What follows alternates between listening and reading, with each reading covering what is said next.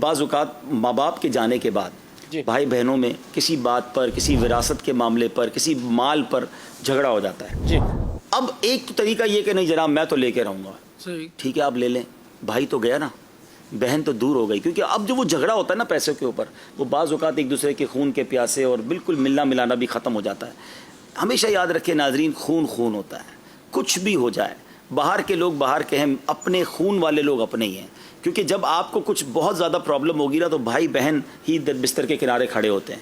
میرے فیس بک پر ہزاروں فرینڈز ہیں، لیکن بیمار ہونے پر مجھے میرے گھر والے ہی سپورٹ کرتے ہیں. گھر والوں سے بگاڑی ہوئی اور دنیا میں میرے لاکھوں چاہنے والے. تو گھر میں پہلے آپ اپنا سپورٹ تو حاصل کریں نا، تو اس کے لیے سیکریفائز کرنا ہوتا ہے.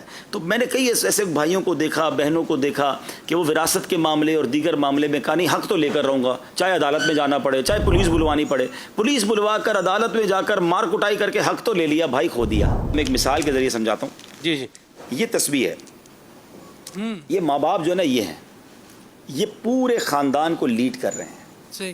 اور یہ جب چلے جاتے ہیں نا، ہم نے تسبیح کے دانے جس طرح بکھرتے ہیں نا، اس طرح خاندان کو بکھرتے ہوئے دیکھا ہے. خدا را جوڑ کے رکھے خاندان کو، بکھرنے نہ دیں، تھوڑا سیکریفائس کر لیں، معاف کر دیں. آپ کو لگ بھی رہا ہوگا زیادتی ہو رہی ہے میرے ساتھ، یہ میرا تھا، بھائی کا ہی ہے نا، بھائی کو ہی جا رہا ہے نا، بہن کو ہی جا رہا ہے نا، اپنے گھر میں جا رہا ہے نا، چلو اللہ اس کو خوش رکھے. یہ میرا بھائی نہ چلا جائے، یہ پیسوں سے نہیں ملتا. یہ خون اور یہ جو خاندان جڑا ہوا ہے نا، یہ کروڑوں روپے خرچ کر کے نہیں جڑ سکتا. تو خدا را تھوڑا سا قربانی دے کر خاندان جوڑے رکھیں، پیار جوڑے رکھیں. بچپن کے دوست لڑ پڑتے ہیں یار، میرا حق ہے میں لے کر رہوں گا، یا تو وہ تھوڑا سا حق لے لوں یا یہ 20 سال کی دوستی ضائع کر دوں. آپ چاہتے ہیں آپ کے دنیا سے جانے کے بعد بچے جڑے رہیں، ابہام نہ چھوڑیں، کنفیوژن نہ چھوڑیں. آپ جو کرنا چاہتے سب کو بٹھائیں اور پہلے شرعی رولنگز معلوم کر لیں کہ میں کتنی وصیت کر سکتا ہوں، شریعت مجھے کتنی اجازت دیتی ہے. اور زندگی میں اگر کسی کمزور بیٹے کو یا کمزور بیچاری وہ بیٹی ہے یا غریب ہے، آپ اس کو سپورٹ کرنا چاہتے ہیں تو باقی بھائی بہنوں کو اعتماد میں لیں اور اس کو سپورٹ کر دیں جو شریعت اجازت دیتی ہے. اور اگر آپ کچھ وصیت کرنا چاہتے ہیں تو وہ لکھوائیں، سب کی سائن کروا لیں.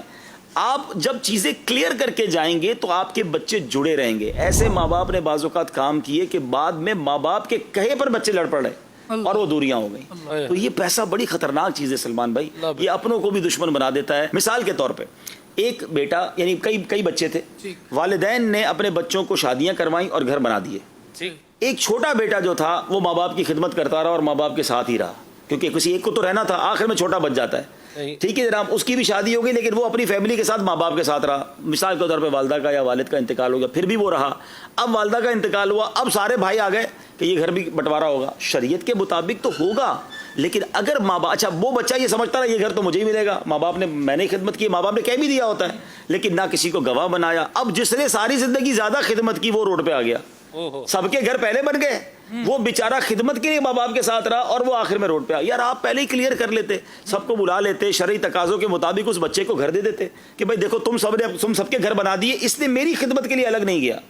لیکن سلمان بھائی یہ وہ بے وقوفی ہے، یہ وہ جس کو کہیں کہ ابہام اور کنفیوژن ہے کہ بعد میں گھر ٹوٹتا ہے. میں پہلے بھی ایک سلسلے میں کہا تھا، دوبارہ کہہ دیتا ہوں، شاید کسی کو کام آ جائے. میری والدہ کو اللہ جنت نصیب کرے، ہمیشہ ایک بات کہتی تھی، بیٹا میرے مرنے کے بعد بھی جڑے رہنا، آپس میں ایک رہنا. ہمارے والدین نے سب چیزیں پیپر پہ لکھی، سب وصیت لکھی، سب بھائی بہنوں کی سائن کروا لی. سلمان بھائی الحمدللہ آج بھی ہر ہفتے جس طرح ہم والدین کے گھر جمع ہوتے تھے، ہم ہر ہفتے الحمدللہ آج بھی سارے بھائی بہن جمع ہوتے ہیں. اور ہم نے نیت کی ہے کہ انشاءاللہ مرتے دم تک ہم یہ جاری، اللہ یہ محبت سلامت رکھے، کیونکہ والدین نے ابہام نہیں چھوڑا تھا، ورنہ پھر وہی دوریاں ہو جاتی، کنفیوژن ہو جاتی.